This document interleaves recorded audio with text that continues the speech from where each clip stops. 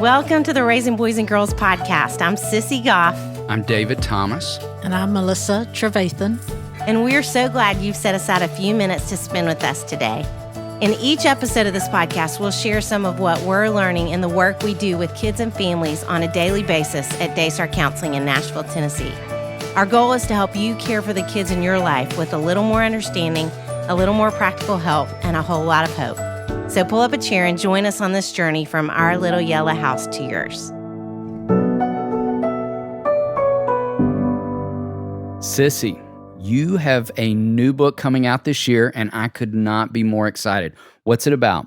It's called The Worry-Free Parent. I want to help parents do everything they can to attend to their own anxiety. It changes the game for kids when parents do. Yes, it does. We have seen firsthand how different it can be when parents work through their own anxiety, because when they don't, it spills out onto their kids. So what are some things that help parents? Actually, David, I've been telling more and more parents about the Abide app. I love the app's meditations for anxiety and how they link scripture to those meditations. The end of the year sure can bring on a lot of stress and anxiety from all the shopping, travel prep, party planning. There's a lot to manage amidst the chaos. That's why I keep recommending the Abide Sleep and Pray meditation app. It's the #1 Christian meditation app. They have a meditation for anxiety called The Secret to Rest that's based on Proverbs 19:23. I love the one on overcoming anxiety that's based on 1 Peter 5:7. The Abide app is an incredible tool that parents can use to refocus their hearts and minds on the true peace that comes from Jesus. Yes, and then they'll be so much more ready to help their kids. Right now, we have a special offer for our listeners when you subscribe. Get 25% off your first year when you sign up for the premium subscription, but only if you text our promo code RBG to the number 22433. I love being able to help parents with a deal on this app. Download Abide, Sleep, and Pray meditation today and text our promo code RBG to the number 22433 and get 25% off. Merry Christmas, David Thomas. Merry Christmas, Sissy Goff. Thank you. The countdown is on. It is. Okay, I have a question for you. Christmas question. What Christmas carol have you been listening to the most lately? You know what I've been listening to a lot lately that is just making me smile? So I have loved this season Carrie Underwood's new Christmas record. And on Little Drummer Boy, she sings with her son. Have you heard that song? No, I haven't heard Oh my it. goodness. It's so sweet. Makes me smile every time. And you know how I love a kid who switches their R's and W's out, the little bitties. And so he'll say, dwum and boing, boing and dwum. I love that so much. It makes me smile every time. The whole record is beautiful. She's just so crazy talented. She is so crazy talented. I know. So little Dwumma boy. Little Dwumma boy. What about you? What are you listening to and loving? Well, we haven't talked about my last adventure at the choir room, which is this new thing that I discovered. Not that I'm the only one, but from Instagram with a choir director, I don't know what all the things he does, named Juan Hill. And he has in Nashville, they're trying to expand it to other cities, but he has this event once a month. And everybody who goes, you sit kind of in the round, and he's in the center with this amazing band, of course, because we're in Nashville. And if you're there, you're in the choir. And so you're assigned, like there's a soprano section and an alto section, a tenor section, but you literally learn the line and then you sing it. And so I went Monday night. Okay, if you had to guess, this is a quiz on how well you know me. If you had to guess what gospel singer's Christmas album I might be most excited to sing, who would you guess? CeCe Winans. No! Shoot, I didn't preface it well enough, David. Maybe I should have said male. Male. Yeah. Gospel singer's Christmas album. This is too hard. I'm going to answer it for you. Answer. Kirk Franklin. Oh, yes. So we sang this song that I've never heard, and I cannot get it out of my head, and I've listened to it. I mean, I feel a little concerned about anyone who's driven by me in the last few days because I am doing some serious dancing in my car listening to Jesus is the Reason for the Season. And it's not like any Jesus is the Reason for the Season I had ever heard before. It's so good. So y'all need to listen to both of those songs. Okay. Kirk Franklin and the Family, I think is what the album's called. Okay. I don't know the title of the album, but Jesus is the Reason for the Season, and yours is Carrie Underwood. Yes. The Little Drummer Boy. Yes. Go find it. That's so fun. It is. Well, so in these weeks leading up to Christmas, we spend a lot of time prepping families, prepping kids, and we know from a lot of years of conversations that these are some of the hardest, really, in so many ways for kids and families. But the dynamics of what happens when often we travel home and kids are out of routine and they are more anxious, they're less regulated. We are often more anxious, less regulated. I always think too that often when we go back home for holidays, we become whatever the latest age it was we lived when we were at home emotionally. That's like we revert back. There are just so many different things. And so when we talked about this episode, I love the idea of coming up with some plans to help families, help kids, help ourselves. What can we do in preparation for the holidays and all that comes with it? And so because we do that we're heading that direction. And girls and boys, we need to talk about anxiety. We need to talk about self-regulation, which is what this whole season has been about. So you want me to jump in? Jump right in. Okay. You go first. Let's talk about anxious kids. So 3 really practical things I would love for you to think about over the holidays, and really not just the 3 to 5 days you spend with your family, but just in general. I think one of the hardest things, hands down, for kids is the lack of routine. Because we know we talk so much about that sense of routine and structure makes kids feel more secure. And so to be intentional, and this is a lot to add to your list right now when there are a million things on it, but to be intentional about thinking through what kind of structure can you create for your kids over these next few weeks where maybe they even have rest time every day, or, you just have specific things you're folding into the rhythm of the day. So it feels like there's some structure around it, especially for anxious kids, I think is really important. Second is with your anxious kids, we love a good code word. We talk about it in a million different ways. And so for your kids, if they start to feel really anxious, even if they start to feel dysregulated, and we always feel like it's good to talk about ahead of time with them where they feel it first in their body. So as they start to feel their tummy gets fluttery or their hands get hot or however your kids would describe it, at that moment, they turn and say to you, can we go for a walk, or whatever the code word is, so that's a moment you want to pull away. And, with little ones, we talk about co-regulating, and then older ones helping them talk themselves through it. But that we have a way they can immediately get our attention and we can pull away and help them find their own voice, find what they need in that moment. Those would be 2 really practical things. And then the third, and I want you to help me brainstorm this, but I was thinking, take your coping tools with you, that we're practicing ahead of time, reminding them about breathing, grounding, all the things we talk about with anxiety, and that we've literally got a little pack that can travel in the car with us where you have, and we could put some links to this in the show notes, some different things, but stress balls, fidgets, pipe cleaners can be a great thing for kids to have in the car to wind and unwind, but little bubble wrap, that they have headphones where they can get some of the noise out, especially if you're doing a long car trip and you've got multiple kids. I think that can be really helpful. Crayons, coloring books, weighted stuffed animals, to have a photo in their little backpack that they can pull out that's anchoring for them emotionally, gum, something to chew on, suck on, anything that's going to be grounding. Just to have a pack that you immediately know where it is, you pull out, whether you're in the car or whether you're at their grandparents and they're starting to get dysregulated in that moment. What would you add? What else would you put in it? Love that you threw that out, because I call that the travel space in the new work. It's like where we're taking those ideas on the road with us. I think it's fantastic. Yeah. I even had a family who threw their little mini trampoline in the back of their SUV and took it to the grandparents' house. Really? Yes, which I thought, good for you. That's awesome. Just kind of threw it, flung it right on top of all the luggage, and then we had it with us. We kind of jump out the worry. Yes. The more we can do on the front side, preventatively, I think the better everything's going to go throughout this season. Yes. Okay, what about dysregulated kids? What would you add? Well, it's interesting. I was just talking yesterday in this office with a family, and they've been saving for years to go to Disney. And they're so excited, and they're going to be there for 6 days over the Christmas break. And the mom said, I'm so hopeful and also worried that we could turn the happiest place on earth into the saddest place on earth.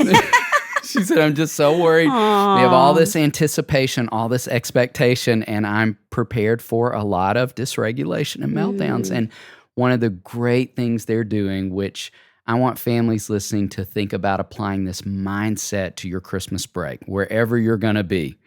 She said, we're going to go pretty hard for 2 days, and then on day 3, We're going to sleep in. We're going to swim at the swimming pool. We're going to go slow. Like there's So all this good. expectation, like we need to do more. Yes. And so think on that as you're navigating Christmas break. If you're going to be in your home, if you're going to be visiting extended family, like what would it look like to create those pauses along the way? Because I love that you talked about structure. That was one of the things I was thinking about, that, this season is a time of so much more, and we could fill in the blank after that. So much more stimulation, so much more activity, so much more gift giving, all these things that are great things, but too much of even a good thing sometimes is too much. And so how could we, in a season where we're dialing up a lot of stimulation, also dial up a lot of structure? Because as you're saying, that's a part of what helps anxious kids. It's a part of what helps dysregulated kids kind of anchor and ground themselves again. And so think about that dialing up movement when it's going to be a season of probably dialing up a lot of screen time also. So we want to dial up some healthy things alongside dialing up some of these natural things that are just going to be a part of this break. But I like that, David. yeah, I would say the other thing I would want to encourage parents is that we have a window of opportunity in front of us to practice more. And we talk so much about practice all the time, and that when we're not having to race out the door every single morning at the crack of dawn to get kids to school and us to work, like when we have some slower days and we have 35 hours back in our week because kids aren't in a school building, that there's more opportunity for practice. In fact, I had a family say, we purposely have not worked through Sissy's workbook, Braver, Stronger, Smarter, or You're Strong and Smart. We saved it till after Christmas when we're going to have some longer time to really do a deep dive and tackle it. And I loved even the way they were thinking about that. And instead of trying to squeeze everything in on weekends. And so let this be practice time with kids who are struggling with regulation. I talk so much about healthy outward movement. Like that's what we want to be working toward, taking the emotion to something constructive. Because just this week, I had a dad tell me, he has a 5-year-old son, that he was with 2 of his buddies and he fell while they were walking at the park, and he got really embarrassed. And the dad said I could see him starting to tear up, and he turned around and hit his dad in the leg, which is such a picture of what I see with boys. Like I feel embarrassed, I feel ashamed, and I'm going to move that outward in anger and, that turning it on somebody thing. So that's outward movement, but it's not healthy outward movement. And I think, sadly, I read yet another story of a 19-year-old boy and an accidental overdose. There again, that's movement toward a substance. It's not healthy movement. And so this is a time to be thinking on the great tools and ideas you just threw out. Like how could we arm ourselves with those? And to what I'm saying, really be practicing while we've got some extra time, set aside some extra room, some extra space.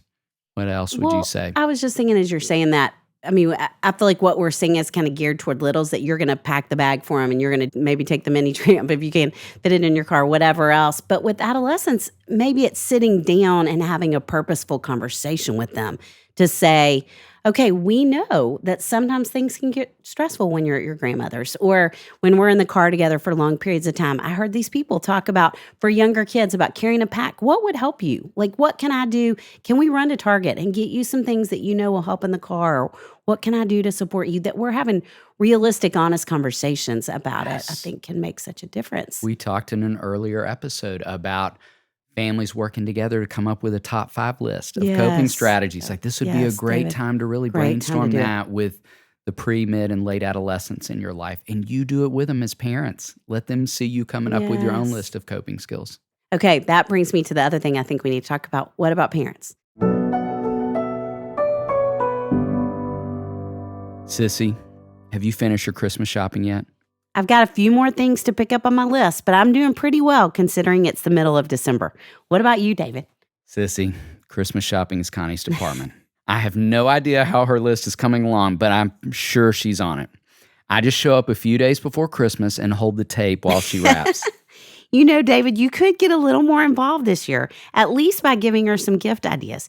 My favorite idea that I've been sharing with parents this year, the Explorer Bible for Kids. Everyone knows we love this Bible, and I've told Connie it makes the perfect, meaningful Christmas gift for kids. Giving a child a Bible for Christmas is so, so special. I'd wrap one up for Henry if he didn't already have and love his Explorer Bible for kids. There is so much to love about this Bible. It's so colorful and engaging.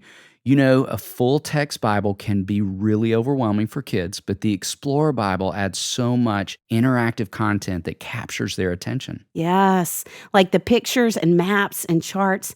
David, are we still offering that special code for our listeners? We sure are. All you have to do is go to lifeway.com and use our code RBG to get 50% off. Finish up your Christmas shopping right now at lifeway.com by using the code RBG to get 50% off the Explorer Bible for kids.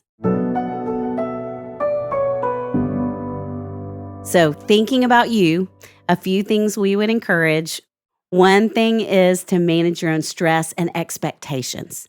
Because I think even around the holidays, a lot of any of our stress, certainly my stress, comes from things not being how we pictured, how we worked out in our minds they were going to look, what was going to happen next, and being aware of that and being present to the moment. And that when we get anxious, exactly what you said, that we're finding our way into our own healthy outward movement and processing it in positive ways. Because like we have talked about a million times, that one of the best really predictors of anxiety in kids is anxiety in us and them watching us, experiencing it, even hearing us talk in ways that are more intense.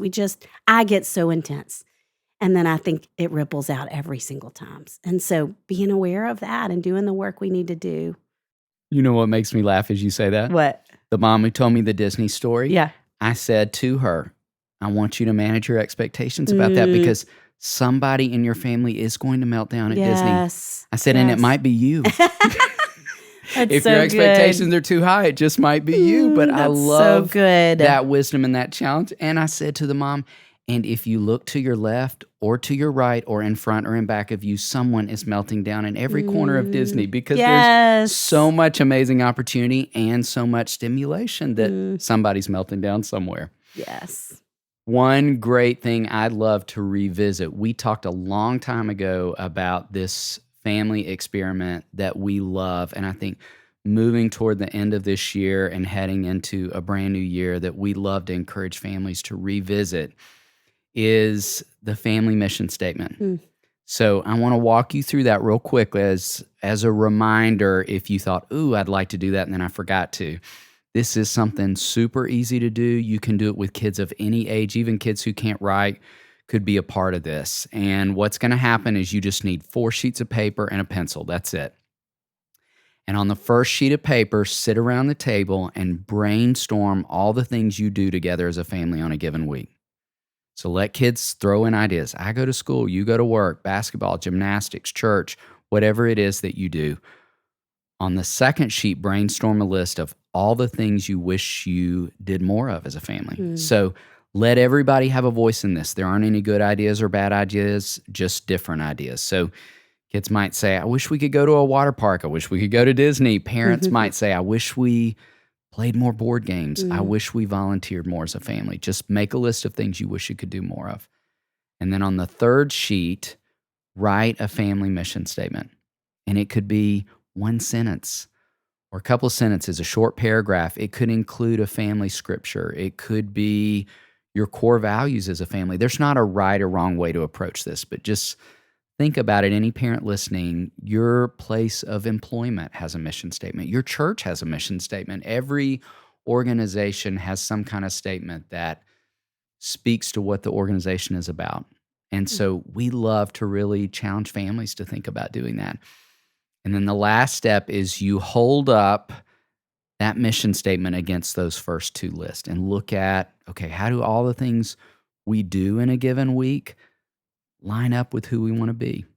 How do all the things we wish we did more of line up with who we want to be as a family? And then on the last sheet, you just get a do-over. All right, what do we want to do different? And it's so fun. We've given this assignment to families over the years, and it's just so fun to have them come back and see what they brainstorm. We have heard so many different ideas from kids of all ages of what they've come up with on that 4th page. In fact, it might be kind of fun. You all could post some of those things and just tell us, what did you come up with from this experiment? Come back to the post on Instagram about this episode and tell us. There you go. Yes. Any other ideas?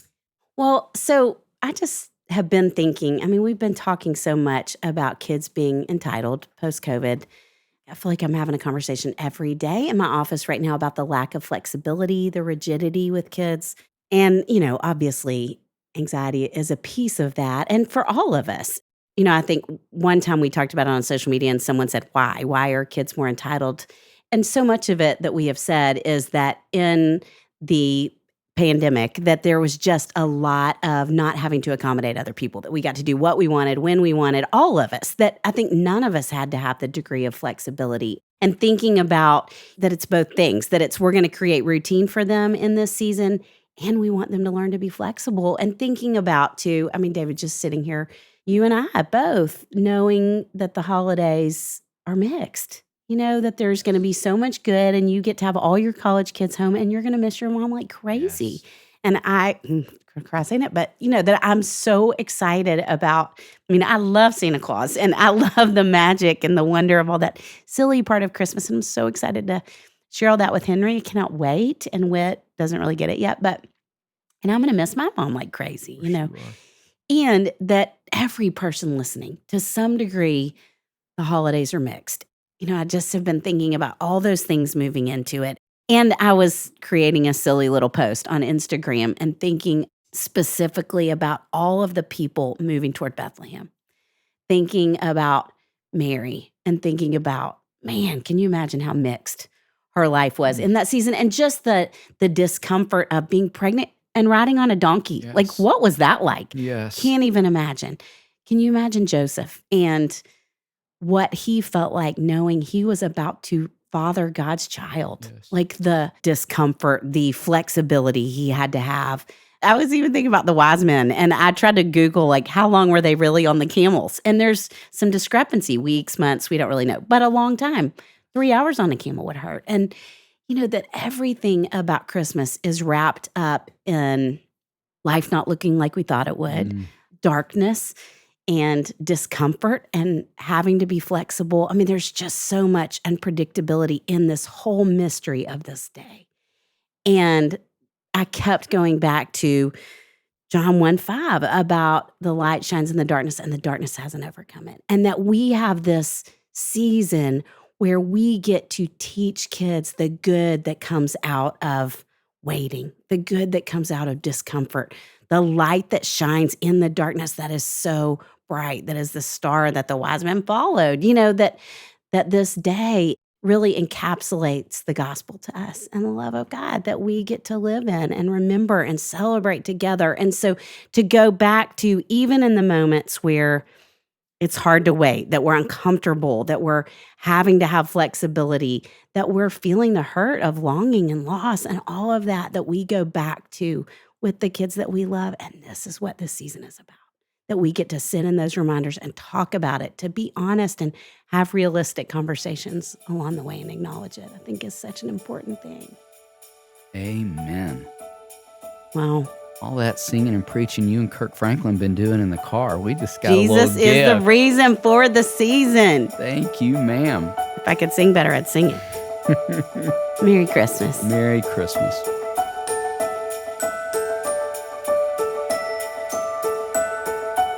Hi, I'm Jess Wolstenholme, mom of 2 and director of education and faith formation for Minnow, a streaming service for Christian families. I love it when David and Sissy share their What Kids Need Right Now episodes.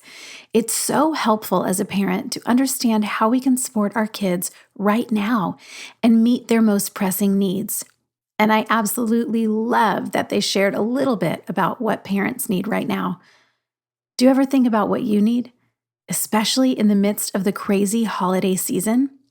We're decking the halls and braving the malls. We're counting down to Christmas with Bible verses and magical moments. We've planned and prepped and perhaps even packed the car with more stuff than anyone should need for a couple days with family a few states away. Sure, we still need to wrap the gifts and we've got a feast or two to plan and prepare, but can I give us permission right now to relax? To grab a cup of tea or hot cocoa and put our holiday-socked feet up on the coffee table, to pop in our favorite Christmas movie, the one that makes us smile, and enjoy an hour or two of rest. We've already done so much at this point. The greatest priority left on our to-do list is soul care. So often we fall into the trap of making Christmas magical for our loved ones that it becomes a begrudged chore for ourselves. We miss out on all the wonder while we package it up and deliver it to our children and families and neighbors. But we can grab hold of the beauty of Christmas as parents. It's not too late. Let's make time to sit and read the Christmas story, to soak in the miracle we are about to celebrate. Let's invite the guest of honor to our tables for a pre-party chat. I know a few moments used to fill up our hearts will pour out into the atmosphere of our homes and overshadow any practical preparations we could have otherwise made in that time. He is calling us parents to be a larger part of the miracle this year. More than fancy decorations or delicious food or perfect presents, He is calling us to fill our souls with His presence and in turn, be His hands and feet as we lead our families to do the same. He wants us to fully enjoy Christmas, and if we pause to take care of ourselves, He will take care of the rest. We can respond as Mary did, with a posture bent towards the Father, ready to receive His blessing. If we just slow down long enough to sit and rest, I know He'll meet our weariness with a breath of heaven. It's our joy to bring the experience and insight we gain through our work beyond the walls of the Daystar house. If you enjoyed this conversation, please share it with your friends. And don't forget to click the follow button in your favorite podcast app so you never miss an episode. To learn more about our parenting resources or to see if we're coming to a city near you, visit our website at raisingboysandgirls.com. Join us next time for more help and hope as you continue your journey of raising boys and girls.